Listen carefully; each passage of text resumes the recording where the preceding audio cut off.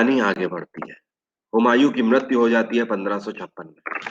जैसे ही हुमायूं की मृत्यु होती है, पूरे मुगलिया सल्तनत के अंदर हड़कंप मच जाता है। क्यों? क्योंकि हुमायूं का बेटा जो होता है जलाल, वो 1542 में जन्मा होता है और आज होता है 1556। मतलब उसकी उम्र जलाल की सिर्फ 14 साल होती है।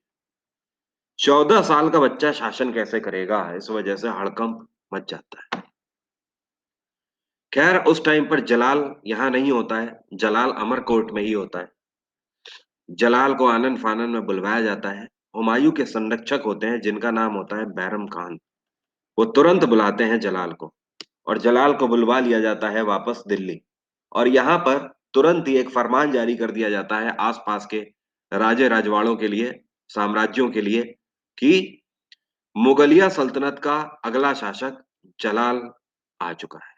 मतलब मोहम्मद जलालुद्दीन अगला शासक होगा। ऐसा इस वजह से किया जाता है, 14 साल के बच्चे जलाल को गद्दी पर इसलिए बैठा दिया जाता है क्योंकि ये वो टाइम होता है जब अगर किसी भी सल्तनत का तख्त खाली हो जाए तो आसपास के जो राजे रजवाड़े या फिर कोई साम्राज्य होते हैं वो तुरंत उस पर आक्रमण करके उसको टेक ओवर कर लिया करते थे।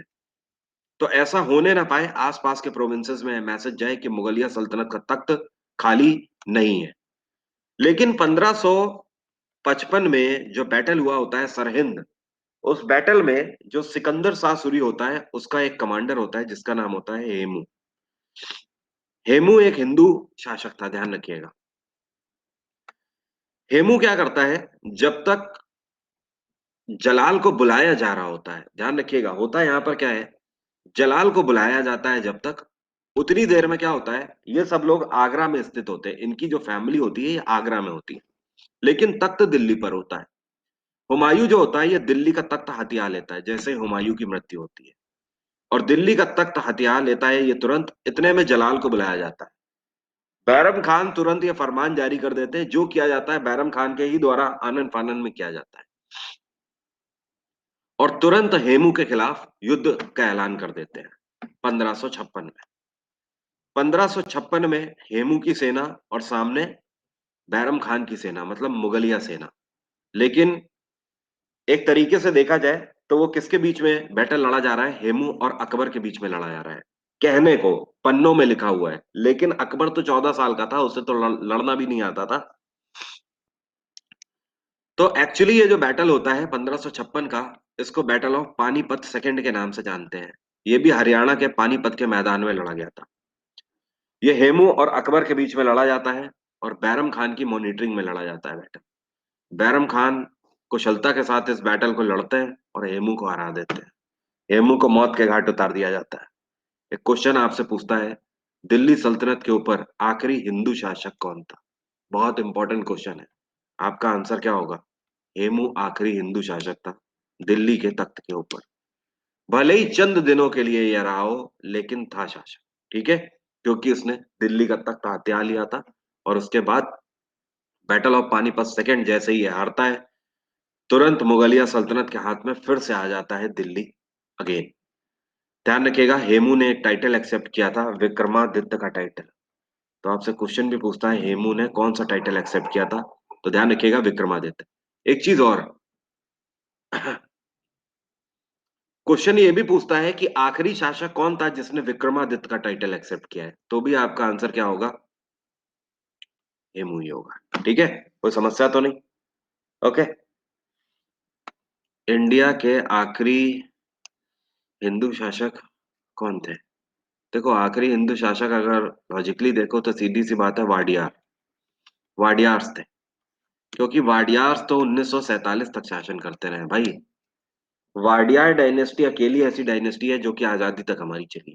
ठीक है, एक ऐसी डायनेस्टी थी जो कि ब्रिटिश हुकूमत जैसा कहती थी वैसा ही कर लेते थे आराम से, कोई दिक्कत नहीं थी। काफी फ्लेक्सिबल डायनेस्टी थी। ठीक है, मतलब बना के चला चला करते थे, इसी वजह से ये सरवाइव भी करे। आपको पता है वाडियार डायनेस्टी सबसे ज्यादा टाइम पीरियड तक शासन करने वाली डायनेस्टी है। 1500 से लेकर 1947 तक 450 साल वाडियार डायनेस्टी ने शासन किया है। कहाँ पर किया है? मैसूर में शासन किया है। बीच में मैसूर का शासक हैदर अली बना, टीपू सुल्तान बना। तो आपको क्या लगता है हैदर अली और टीपू सुल्तान कौन थे? ये वाडियार डायनेस्टी का ही कमांडर तो था, हैदर अली।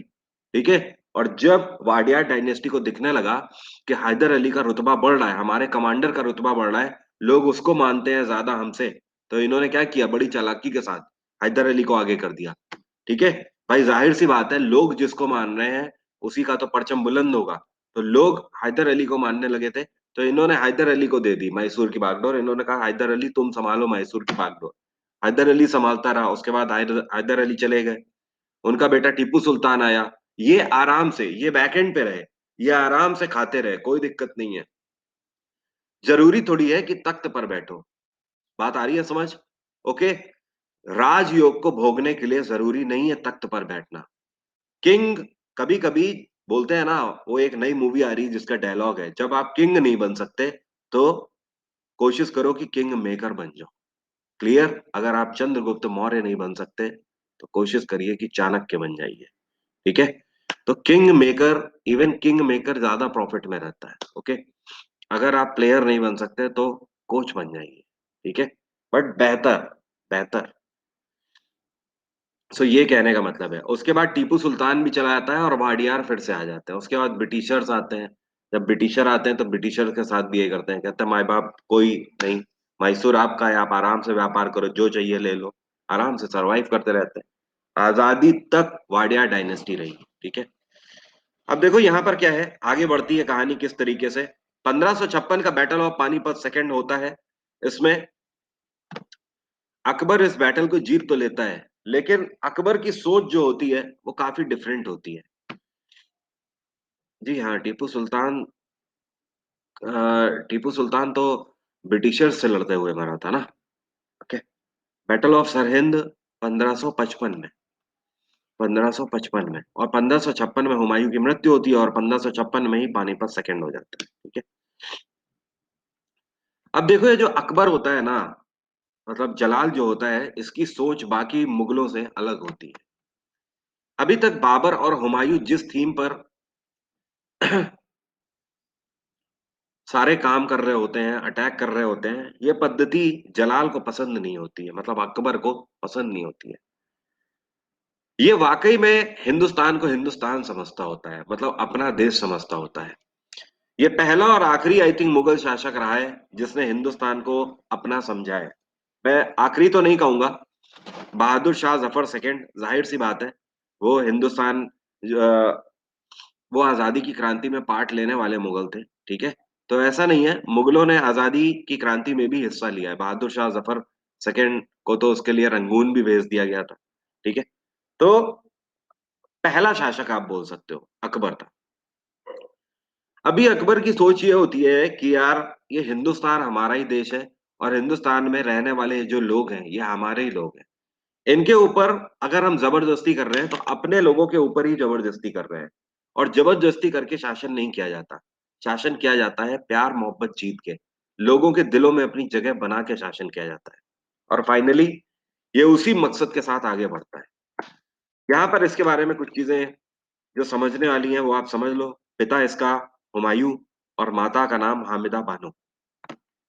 अभी अकबर का जब टेन्योर स्टार्ट होता है तो यहाँ पर समझो होता क्या है। अकबर की एक मुंह बोली माँ होती है जिनका नाम होता है महामंगा। महामंगा ने एक्चुअली, हुमायूं जो होता है, हुमायूं जब आके इधर दिल्ली में आ जाता है 1555 में बैटल ऑफ सरहिंद के बाद, तो हामिदा बानो उनके साथ आ जाती है। लेकिन जो अकबर होता है वो अभी भी अमरकोट में होता है, और अमरकोट में इनको पाल रही होती है कौन? महामंगा पाल रही होती है। ये इनकी दाई माँ होती है एक तरीके से। ठीक है। बच्चों को पालने के लिए नहीं, दाई माँ, एक तरीके से केयर टेकर आप बोल सकते हो। जैसे आप देखते हो कई बार यूट्यूब वगैरह में तैमूर अली खान के साथ उनकी केयर टेकर दिखती हैं, वैसे ही मान लो। ठीक है। महामंगा ने जलाल को अपना दूध पिलाकर बड़ा किया होता है, ये कंडीशन होती है। ठीक है।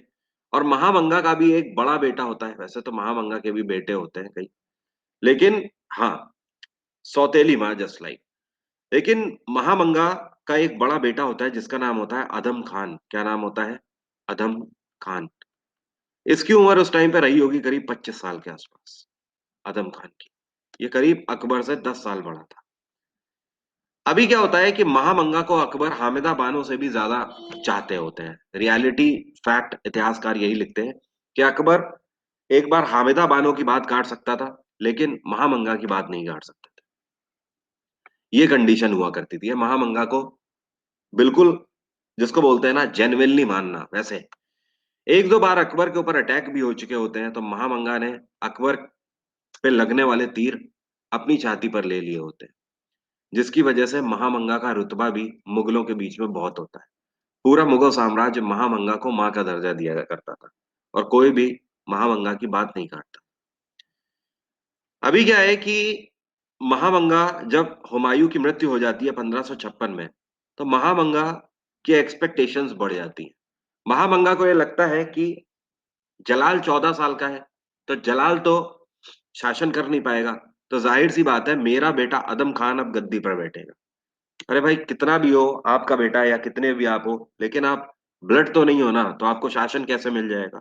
बात आ रही है समझ? मतलब मुन्ना चाहे जितने भी छोटे हों, ठीक है, तो मिर्जापुर की गद्दी रति शंकर शुक्ला के बेटे को थोड़ी दे देंगे, कलीन भैया। समझ रहे हो बात को, क्या कहने का मतलब है? ठीक है, तो मुन्ना चाहे जितने छोटे हों, वो योग्य हों या ना हो, रति शंकर शुक्ला के बेटे को थोड़ी मिल जाएगा। ठीक है, उसका नाम क्या था, शरद। शरद को थोड़ी गद्दी मिल जाएगी। ये सोच रही होती है कि शरद को गद्दी मिल जाएगी। ठीक है, लेकिन ऐसा किसके होते हुए नहीं हो सकता होता है? बैरम खान के होते हुए नहीं हो सकता।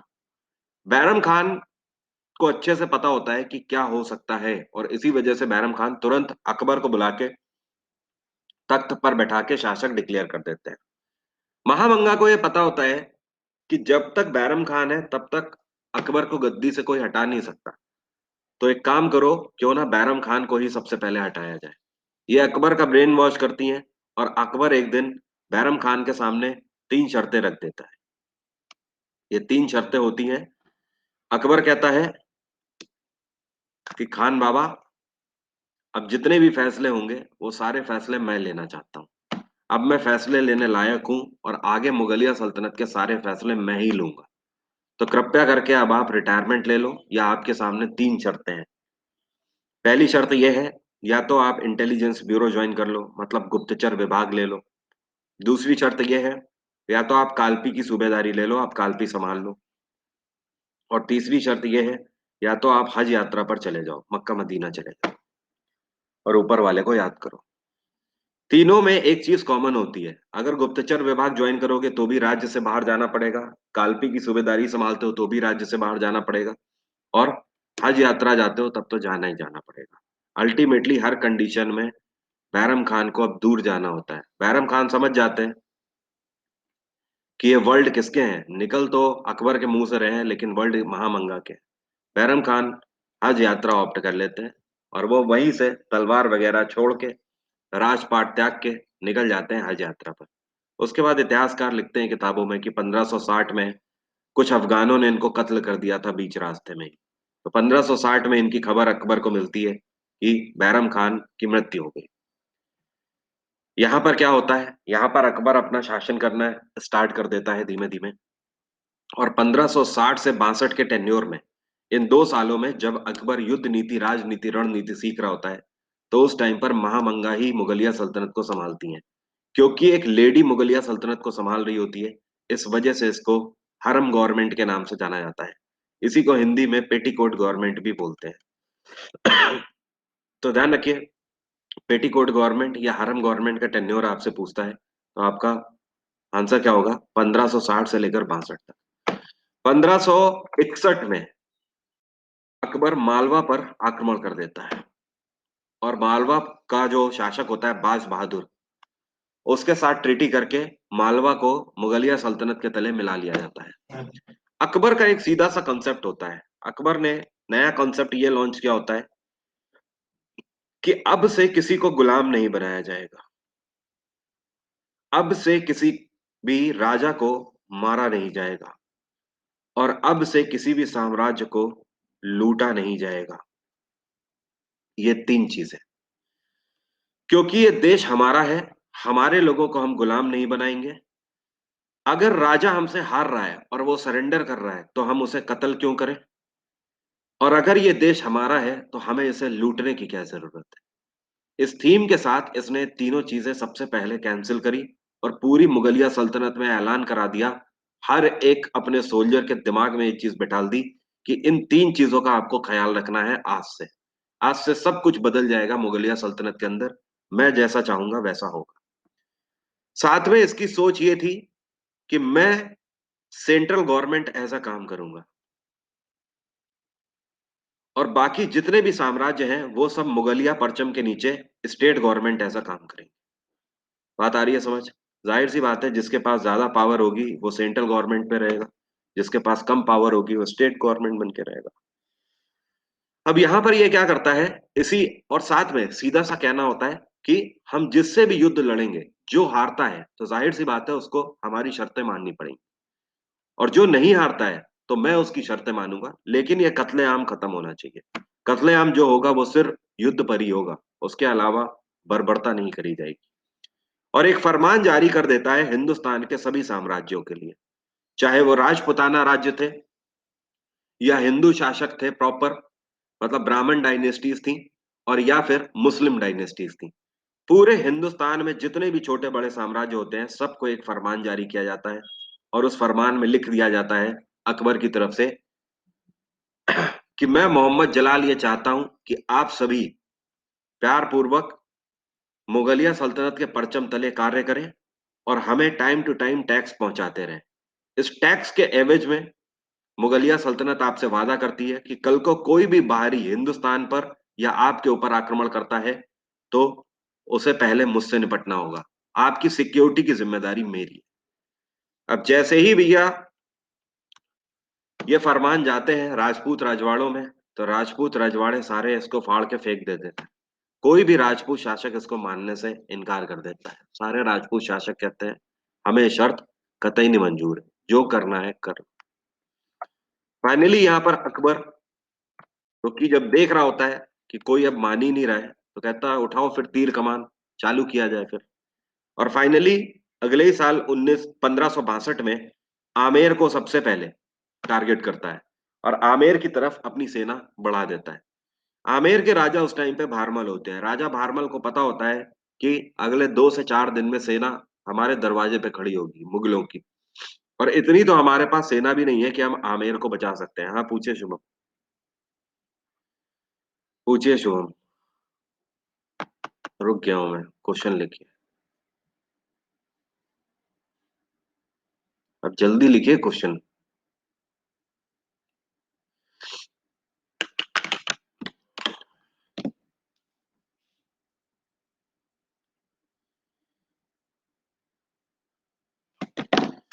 क्वेश्चन टैब में है, को देखने दो।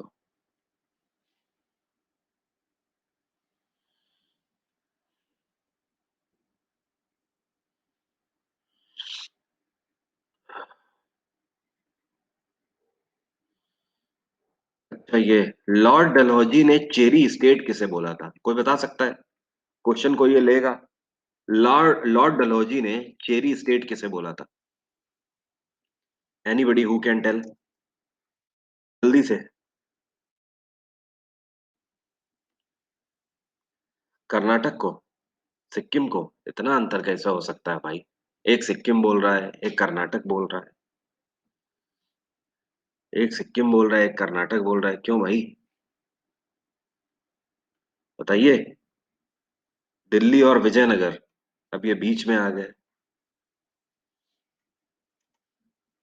क्वेश्चन नहीं पढ़ा ये कभी? बताइए, एनीबडी हु कैन टेल। नहीं आइडिया। मगध को बोला था। मगध यार, मगध उस टाइम पे रहा ही कहाँ था। ठीक है, ध्यान रखिएगा। लॉर्ड डलहौजी ने अवध को एज अ चेरी डिक्लेयर किया था। ठीक है, अवध को एज अ चेरी डिक्लेयर किया था। अब ध्यान रखिएगा, अवध।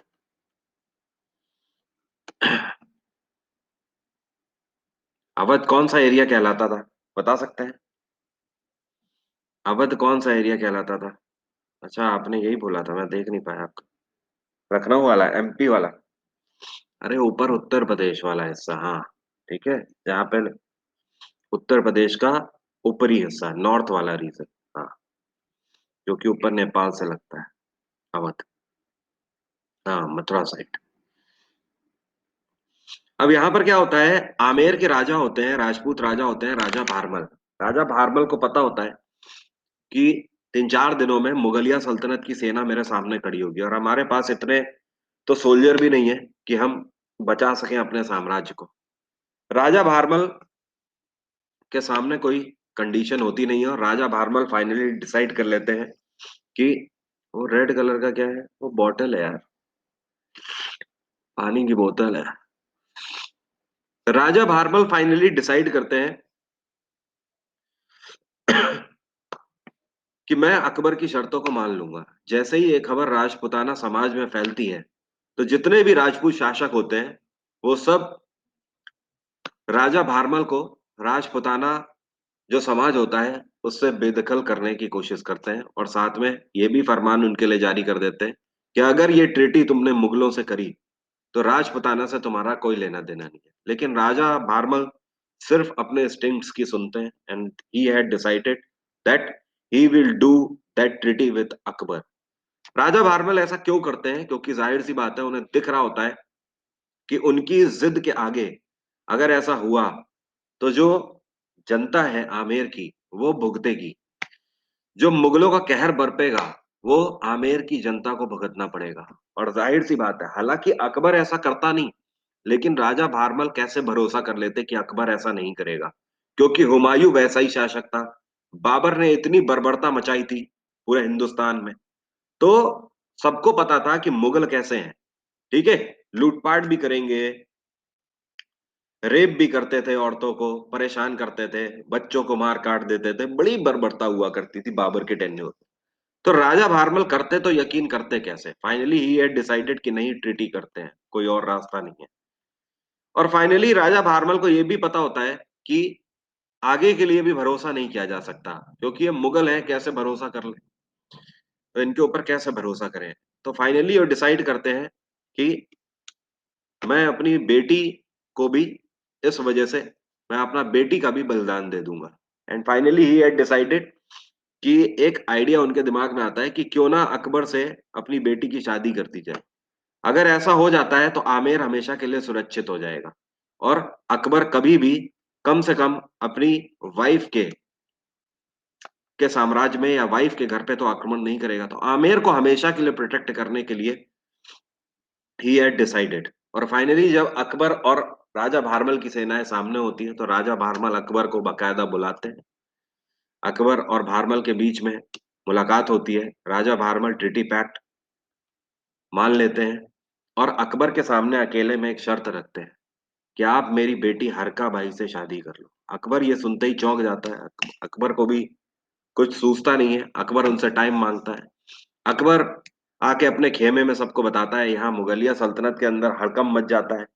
हर कोई यहाँ पर अकबर का बायकॉट करने को तैयार है, और उधर राजा भारमल का पूरा राजपुताना समाज बायकॉट करने को तैयार है।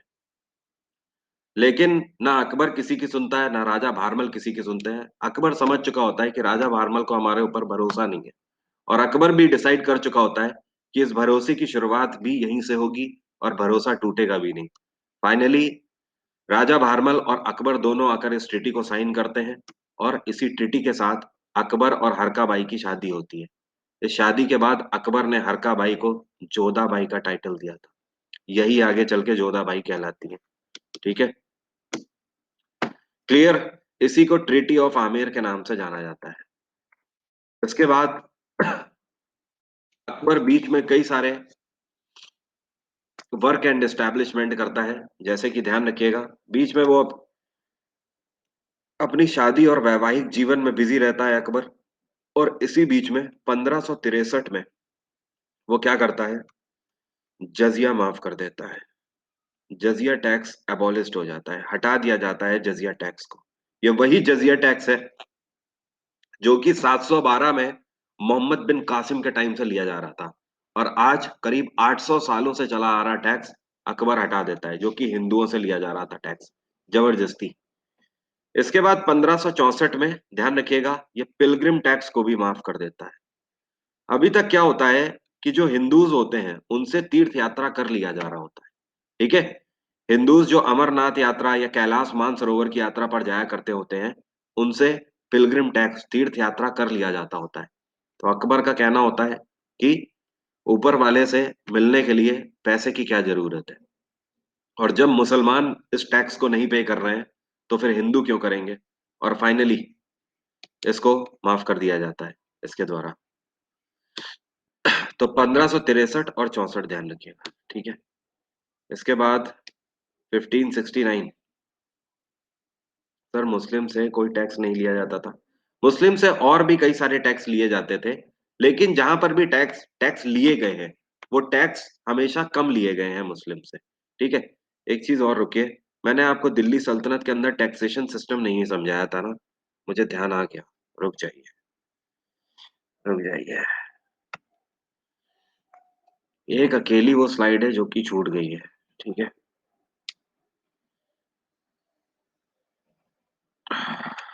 और यार एक चीज और रुकिए, एक चीज और रुकिएगा।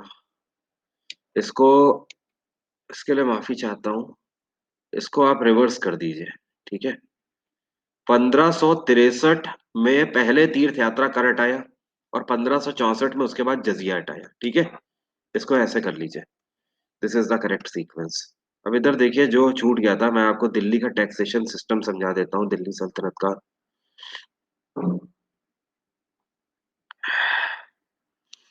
ये देखिए, यहां से आपको पता लग जाएगा कि किस तरीके का डिस्क्रिमिनेशन था, कि मुसलमानों से कम टैक्स लिया जाता था और हिंदू से ज्यादा टैक्स लिया जाता था, या दूसरे धर्म के लोगों से। एक टैक्स था जो कि रेवेन्यू बेसिस पर लिया जाता था, उस्र और खराज। उस्र लिया जाता था मुसलमानों से, और जो खराज था ये लिया जाता था नॉन मुस्लिम से। मतलब मुसलमानों के अलावा जो और धर्मों के लोग होते थे वो खराज देते थे।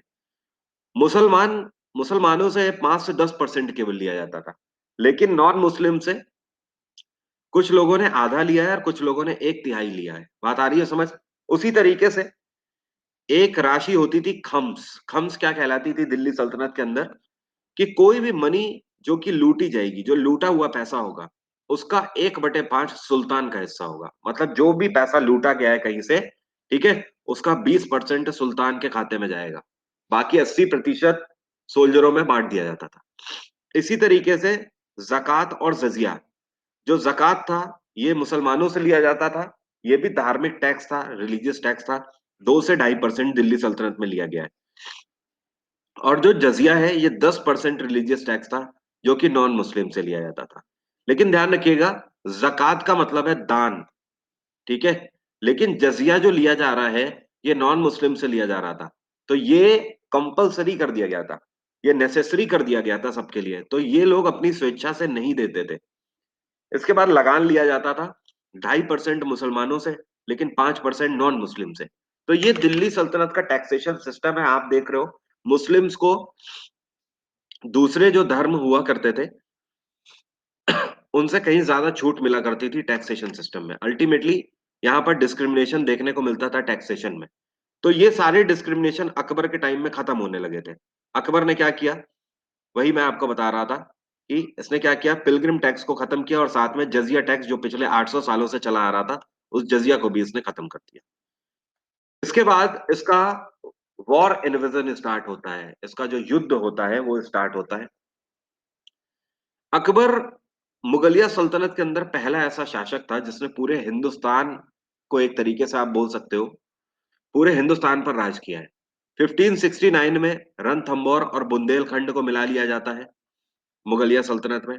1573 में मोस्ट इंपॉर्टेंट जीत गुजरात की रही। गुजरात का शासक मुजफ्फर शाह था। गुजरात को मुगलिया सल्तनत में मिलाने में पूरा 1 साल लग गया था अकबर को। 1576 में बैटल ऑफ हल्दी घाटी होता है महाराणा प्रताप से। हालांकि ये बैटल महाराणा प्रताप और राजा मान सिंह के बीच में लड़ा गया होता है। मान सिंह अकबर के कमांडर थे, ध्यान रखिएगा। Okay. Battle of Haldi Ghati, battle of Haldi Ghati, वैसे इतिहास के पन्नों में लिखा जाता है कि हल्दी घाटी महाराणा प्रताप हार गए थे, लेकिन अगर देखा जाए लॉजिकली तो महाराणा प्रताप इस बैटल को जीते थे। महाराणा प्रताप के ऊपर एक वीडियो में लाने वाला हूँ, वीडियो का एक क्लास यूट्यूब पर लाने वाला हूँ बहुत जल्द, 2 से 3 दिनों में आपको बहुत बड़ा सरप्राइज मिलेगा। 1581 में इसके बाद काबुल का शासक होता है मिर्जा हकीम, इसको भी मिला लिया जाता है मुगलिया सल्तनत में। कश्मीर और सिंध प्रांत खाली पड़े होते हैं, कश्मीर और सिंध दोनों को भी मुगलिया सल्तनत में मिला लिया जाता है। अहमदनगर की शासिका चांद बीबी होती है, चांद बीबी को हराकर 1599 में अहमदनगर को भी मुगलिया सल्तनत में मिला लिया जाता है। और 1601 में आखिरी विक्ट्री होती है अकबर की, जिसको आसिरगढ़ की विक्ट्री बोलते हैं। आसिरगढ़ को भी मुगलिया सल्तनत में 1601 में मिला लिया जाता है। ये जितने भी बैटल आपको दिख रहे हैं या इससे पहले के दिख रहे हैं, इनमें से आधे से ज्यादा बैटल में अकबर खुद नहीं लड़ा हुआ है। अकबर लड़ने पर बिलीव ही नहीं करता था, अकबर स्ट्रैटेजीज पर बिलीव करता था। और लड़ना के सिर्फ उसका इतना मकसद होता था कि सामने वाले राजा को सरेंडर करवा दो, अगर वो सरेंडर हो जाता है तो वो हमसे ट्रीटी कर लेगा, सीधी सी बात है। ओके। हाँ। तो एक अच्छे शासक की निशानी यही होती है, अच्छा शासक वो नहीं होता जो कत्लेआम मचाया पड़ा हुआ है, लोगों को मार रहा है, गुलाम बना रहा है, वो नहीं। चांद बीबी शासिका थी अहमदनगर की। वर्क एंड बिल्डिंग्स इसके बाद इसके क्या क्या है। 1562, ठीक है, स्लेवरी सिस्टम को इसने खत्म कर दिया। 1563 में तीर्थ यात्रा कर हटा दिया। 1564 में जजिया टैक्स हटा दिया। 1571 में गुजरात की विक्ट्री से पहले इसने फतेहपुर सीकरी का निर्माण किया था, और फतेहपुर सीकरी को अपनी कैपिटल भी बनाया। इसी फतेहपुर सीकरी के अंदर इसने बुलंद शहर की स्थापना करी है। किसकी? बुलंद शहर, सॉरी माफ करिएगा, बुलंद दरवाजे की स्थापना। मैं क्या बोल रहा हूँ यार, जुकाम होने की वजह से कंसंट्रेशन नहीं हो पाता, माइंड सेंटर नहीं रहता, नसें इतनी खिंच जाती है ना। बुलंद दरवाजे की इसकी इसने स्थापना करी है फतेहपुर सीकरी में। कोई बता सकता है बुलंद दरवाजा जो है? नहीं यार, जुकाम की मेडिसिन नहीं लेनी चाहिए ना, वो तो नाक को और चोक कर देता है। जुकाम का जो 4-5 दिन का होता है वो तो अपना टाइम ही लेके जाता है। अदरक वदरक खा रहा हूँ। बुलंद दरवाजे की हाइट कितनी है? कई बार आपसे क्वेश्चन इस तरीके का अजीबोगरीब पूछता है, जैसे इस बार सीजीएल में क्वेश्चन पूछा था कि हवा महल में कितनी खिड़कियां हैं, 953 खिड़कियां हैं। तो इसी तरीके से मैं आपसे पूछ रहा हूँ, जो बुलंद दरवाजा है, बुलंद दरवाजे की हाइट कितनी है? Can anybody tell? ये जो फतेहपुर सीकरी में है बुलंद दरवाजा, और फतेहपुर सीकरी आपका उत्तर प्रदेश में है, बताइए जल्दी से। 54 मीटर, 172 फीट। सही बोल रहे हैं, ठीक है। ध्यान रखिएगा, जो बुलंद दरवाजे की जो हाइट है ये 54 मीटर है, ठीक है। इसी तरीके से ध्यान रखिएगा, जो आपकी चार मीनार है इसकी हाइट कितनी है? 56 मीटर, 56 मीटर। इसके बाद 1575 में अकबर के द्वारा इबादत खाने की स्थापना करी जाती है। इबादत खाना क्या था? इसके द्वारा एक जगह बनवाई जाती है जिसको prayer of hall of prayer के नाम से जाना जाता था। इंग्लिश में हॉल ऑफ प्रेयर बोलते हैं। के खिड़की कितने हैं? 953 खिड़कियां हैं हवा महल में, ठीक है। तो ये जो इबादत खाने की स्थापना अकबर के द्वारा करी गई थी, इसका मेन मकसद ये था कि ये एक ऐसी जगह हुआ करती थी जहां पर मुस्लिम्स धर्म से जुड़ी हुई बातें करेंगे या धर्म से जुड़ी हुई बहस कर सकते थे। इसके बाद 1578 में इबादत खाने को इस सभी धर्मों के लिए खोल देता है, ठीक है। ओके। तभी इसको पार्लियामेंट ऑफ रिलीजन के नाम से जाना जाता है। मतलब कहने का इसका ये होता है कि 1575 में जो इबादत खाना खोला है, 1578 में अब ये इबादत खाने में हिंदू मुसलमान सभी जा सकते हैं। लेकिन जैसे ही ये अनाउंस करता है तो मुस्लिम इसमें जाना बंद कर देते हैं, और हिंदूज भी कभी नहीं जाते हैं। मतलब ये फ्लॉप हो जाता है आइडिया। 1582 में दीन इलाही धर्म की शुरुआत करता है एक नया ऐसा धर्म, जिसके लिए अकबर का कहना होता है कि इस धर्म को वो लोग मानेंगे जो कि सभी धर्मों में मानने वाले हैं, जिनको सभी धर्मों में विश्वास है, वो दीन इलाही धर्म को मानेंगे। लेकिन दीन इलाही धर्म को अकबर के अलावा अगर कोई मानता है तो वो सिर्फ और सिर्फ बीरबल मानते हैं। बीरबल, बीरबल के अलावा किसी ने नहीं माना होता है दीन इलाही धर्म को, इसको भी कोई नहीं मानता है। नाउ, ठीक है। तो आप देख रहे हो कि उस टाइम पर भी धर्म से जुड़े हुए भेदभाव काफी थे लोगों के बीच में, ठीक है। इसके बाद क्या है कि अकबर, आप देख रहे होते हो कि अकबर ने एक तरीके से इबादत खाना, दीन इलाही, इन दोनों से हमें पता लगता है कि कई बार लोगों को जोड़ने की आपस में कोशिश करी। अकबर ने कितनी शादियां करी थी? अकबर की 14 रानियां थी। 14। अब यहां पर क्या है कि तीन मेन है। अब मेन और प्रीलिम्स या फिर पता नहीं ना, मेन प्रीलिम्स इंटरव्यू का नहीं पता ना मुझे। वो तो अकबर ही जानता होगा ना यार, किसको ग्रीटिंग कार्ड देता था, किसको रोज देता था, वो अकबर जाने यार, किसको मूवी दिखाने ले जाता था। वो उसका पर्सनल मैटर है, उसमें मैं कैसे बता सकता हूँ। अब देखो उसके बाद क्या होता है। अकबर की एक खास बात होती है, ये बीच में जनता के बीच में कई बार चला जाता होता है वेश बदल के। जनता के बीच में जब ये जाता है वेश बदल के इस बीच में, तो इसको पता लगता है जनता इससे खुश नहीं है। इसको बेचैनी होने लगती है कि मैं जनता के लिए इतना कुछ करता हूँ, इतना कुछ सोचता हूँ, मेरी सोच अलग है, उसके बाद भी जनता मुझसे खुश क्यों नहीं है। फाइनली ये अपने मंत्रियों के सामने बात रखता है और इनके मंत्रियों से ये बोलता है कि इसका सॉल्यूशन निकालो, ये पता करो कि जनता हमसे खुश क्यों नहीं है। तब पता लगता है, जो इनके वित्त मंत्री होते हैं राजा टोडरमल, वो अकबर को बताते हैं कि जनता इसलिए नहीं खुश है कि कल को मुगलिया सल्तनत के जो सोल्जर हैं, जो पिछले 20-30 साल से मुगलिया सल्तनत के लिए लड़ रहे हैं, काम कर रहे हैं, उनकी जो सैलरी कल हुआ करती थी वही सैलरी आज भी है। लेकिन बाजार में जो कीमतें हैं वो बढ़ती चली जा रही हैं। इस वजह से वो सरवाइव नहीं कर पाते, वो गरीबी से जूझ रहे हैं। तो अकबर, क्योंकि पढ़ा लिखा तो अकबर था नहीं, क्योंकि इतनी कम उम्र में उसको शासन करना मजबूरी उसकी हो गई थी, तो पढ़ लिख नहीं पाता था अकबर। उसको इतनी समझ नहीं थी इन सारी चीजों की, किताबों किताबों की, ज्ञान व्यान की उसको समझ नहीं थी। उसको युद्ध नीति, राजनीति ये आती थी, शासन करना आता था। तो कहता है इसका तोड़ निकाला जाए, इसका कुछ सॉल्यूशन लेकर आया जाए, और राजा टोडरमल इसका सॉल्यूशन निकालते हैं और एक नई प्रथा लॉन्च करने की बात करते हैं, जिसका नाम होता है, हिंदी में इसको बोलते हैं मनसबदारी। मनसबदारी, मनसबदारी एक तरीके से आपकी वन रैंक वन पेंशन वाला सिस्टम होती है। इसके तहत राजा टोडरमल बोलते हैं अकबर को कि हम एक काम करेंगे कि अब से हम स्लेब बना देंगे सैलरीज की। हमारा जो पहला सोल्जर नियुक्त होगा पहली बार, उसकी सैलरी हम 10 रुपया रखेंगे और मैक्सिमम सैलरी हमारी 12,000 रुपए रहेगी।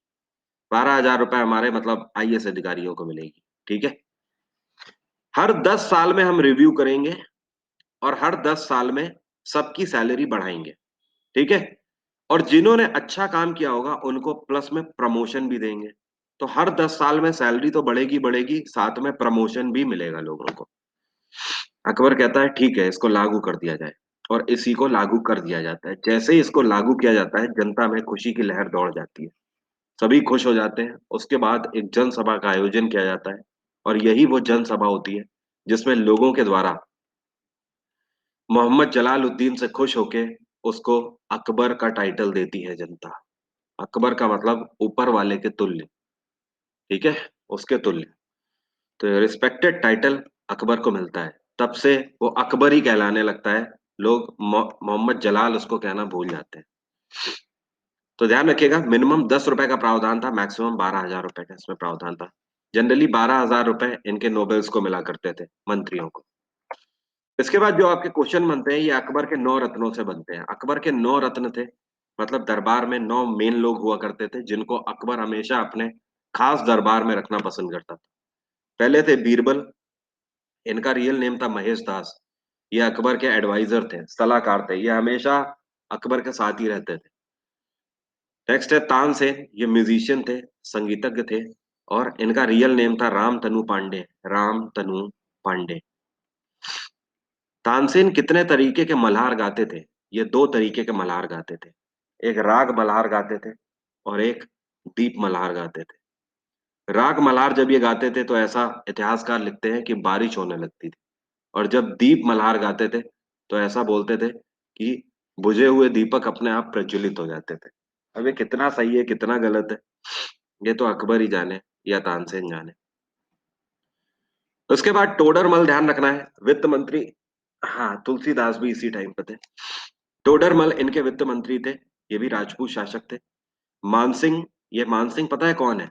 अकबर की वाइफ जो जोधाबाई है, जोधाबाई के भतीजे थे ये, मतलब जोधाबाई इनकी बुआ थी। ओके, तो मानसिंह एक बहुत ही बड़े योद्धा थे, राजपूत थे ये भी, तो इनको चीफ कमांडर की पोस्ट अकबर ने दी थी।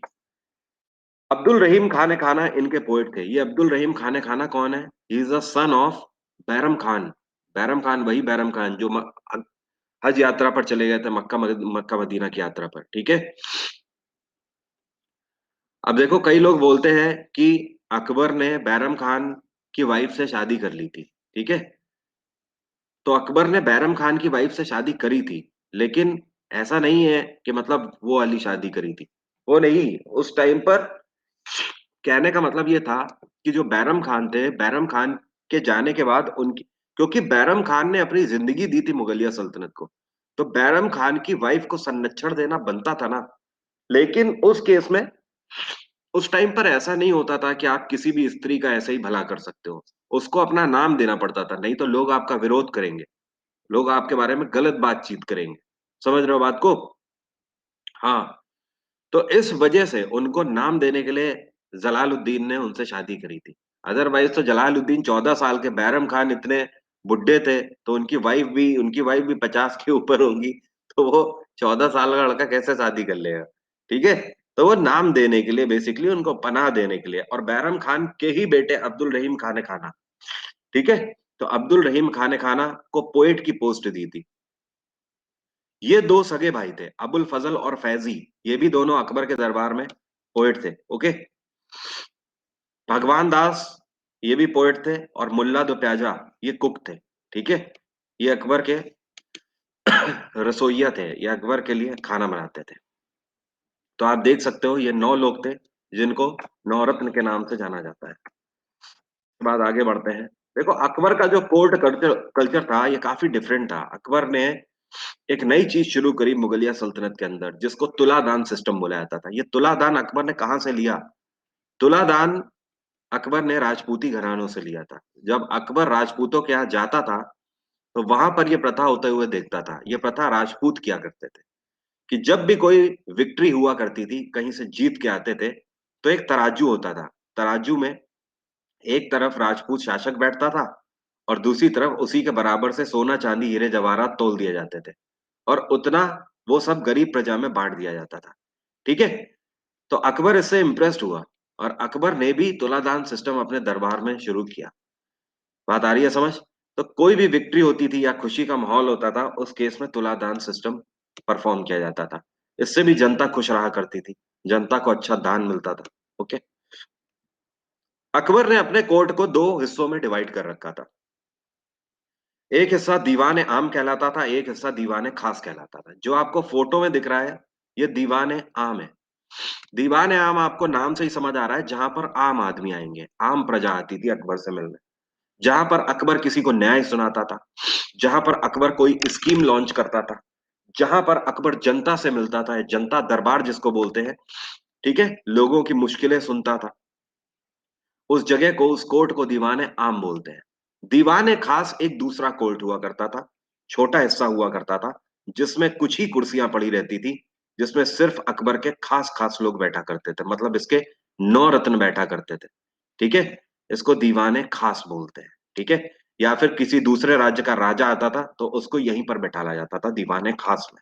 यहाँ पर प्लानिंग होती थी, युद्ध की, रण की, सारी चीजें, पॉलिटिक्स की, सब कुछ यहीं पर हुआ करता था। तो जितनी भी प्लानिंग होती थी सब दीवान खास में। नाम से ही समझ आ रहा है, केवल खास लोग बैठेंगे। दीवान आम मतलब केवल आम लोग। ये देखिए वॉर रूम बना दिया उसको। वॉर रूम नहीं भाई, आपस ही में लड़ने लगेंगे क्या? अब देखिए, इसको हटा दीजिए, गोल्डन पीरियड ऑफ बिल्डिंग इसका टेन्योर नहीं था। अकबर ने क्या क्या बिल्डिंग्स बनाई हुई हैं? अकबर ने लाहौर का किला अपने टाइम पे बनाया, आगरा का किला बनाया। कुछ लोग आगरे के किले को आगरा का लाल किला बोलते हैं, नहीं ऐसा नहीं है। लाल किला एक ही है दिल्ली में। हालांकि वो लाल ईंटों का बना है इसलिए लोग बोल देते हैं, लेकिन वो आगरा का किला ही कहलाएगा।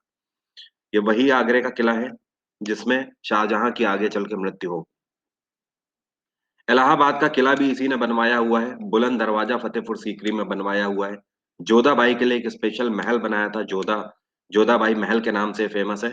और शीश महल भी बनवाया था जोधाबाई के लिए। ये जो जोधाबाई महल है, ये अब यहाँ पर नहीं है, ये लाहौर में है। और ये जो शीश महल है, इसमें चारों तरफ ऐसे शीशे लगा करते थे कि अकबर जब अपने दरबार में बैठता था, तो उसकी सीधी जो झलक थी, वो जोधाबाई को अपने महल में ऊपर छत में दिखती थी। ठीक है? इस साइंटिफिक पद्धति से उसको बनाया गया है, शीश महल। हाँ, उसमें बाजीराव जैसा। नहीं था, वहां उन्होंने तो पर्दे वाला सीन बनाया था, बाजीराव ने। ठीक है? क्योंकि जो मराठास हैं, मराठास के पास इतना पैसा नहीं हुआ करता था, मराठास इतने संपन्न नहीं थे। ठीक है?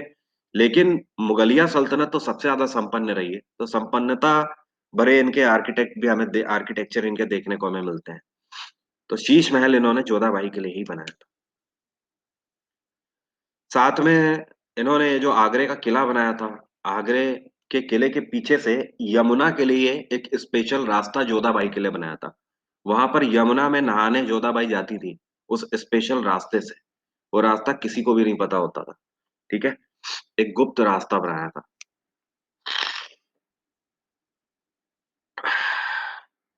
इसके बाद यहाँ से टेन्योर खत्म हो जाता है 1605 से। अकबर ने 1556 से लेकर 1605 तक शासन किया है, पूरे 49 साल, 49 ईयर्स। सबसे ज्यादा टाइम पीरियड तक अकबर ने ही शासन किया हुआ है। ओके सर, सबसे ज्यादा वो जोधाबाई को मानते थे। जी हाँ, अकबर की इतनी सब रानियां थी, लेकिन उनमें से जो सबसे पहली रानी थी, वो थी रुकैया बेगम। कौन थी? रुकैया बेगम। लेकिन अकबर इन सभी रानियों में सबसे ज्यादा मानते थे जोधाबाई को। उसका रीजन क्या था? उसका रीजन ये था कि जोधाबाई सबसे ज्यादा और हर चीज में निपुण थी। जितनी भी रानियां थी, इन सब में वो कला नहीं थी जो जोधाबाई में थी। जोधाबाई सबसे ज्यादा एजुकेटेड थी। जोधाबाई एक अच्छी वॉरियर भी थी, लड़ाका भी थी। क्योंकि राजपूती घरानों में लड़कियों को भी बचपन से तलवारबाजी सिखाया करते थे। ठीक है? सेल्फ डिफेंस के लिए। तो जोधाबाई एक तरीके से देखा जाए तो, ये जो मानसिंह है, ये अपनी बुआ से ही सीख के बड़े हुए थे। बहुत अच्छी वॉरियर थी। तो युद्ध नीति, राजनीति, रणनीति, इन्हें सब कुछ आया करती थी। क्योंकि राजपूती घरानों का जो कल्चर हुआ करता था, उसमें महिलाओं को दरबार में जगह दी जाती थी। लेकिन मुगलों में महिलाओं को दरबार में जगह नहीं दी जाती थी। ठीक है? उसमें पर्दा सिस्टम होता था। ओके? दिल्ली सल्तनत में भी आपने देखा, दिल्ली सल्तनत में तो हालत कुछ ही खराब थी, बहुत बुरी ही थी। उसमें तो महिलाओं को इज्जत बख्शी नहीं जाती थी। ठीक है? दिल्ली सल्तनत की तो बात ही छोड़ दीजिए। तो आप देख रहे हो, जैसा सोर्स है उसी तरीके से निकल कर आ रहा है। तो अकबर काफी इंप्रेस्ड रहता था इसी वजह से जोधाबाई से। तो जोधाबाई को सबसे ज्यादा मानता था। और इसी वजह से ये जो इनकी बड़ी वाली रानी थी रुकैया बेगम, वो जोधाबाई से जेलस फील करती थी। आगे चल के उन्होंने इसी से बदला, जोधाबाई से बदला निकालने के लिए जेलसी फील करती थी। वो जो इनका बेटा होता है जहांगीर, जो आप कल पढ़ोगे, जहांगीर को अफीम खिलानी इन्होंने शुरू कर दी थी, पान में रख रख के। इसी वजह से जहांगीर की आदत लग गई थी अफीम खाने की। हाँ, सलीम जिसका नाम था। ठीक है? तो आज की बात यहीं तक रहेगी। यार सोचा था सब क्लास लूंगा, तो अगली क्लास की हिम्मत नहीं हो रही है। यार,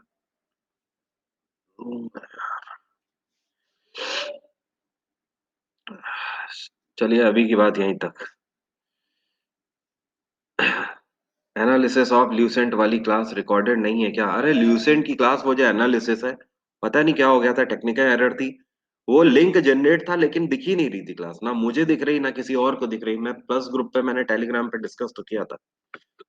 मैं दोबारा उसको करवाता हूँ।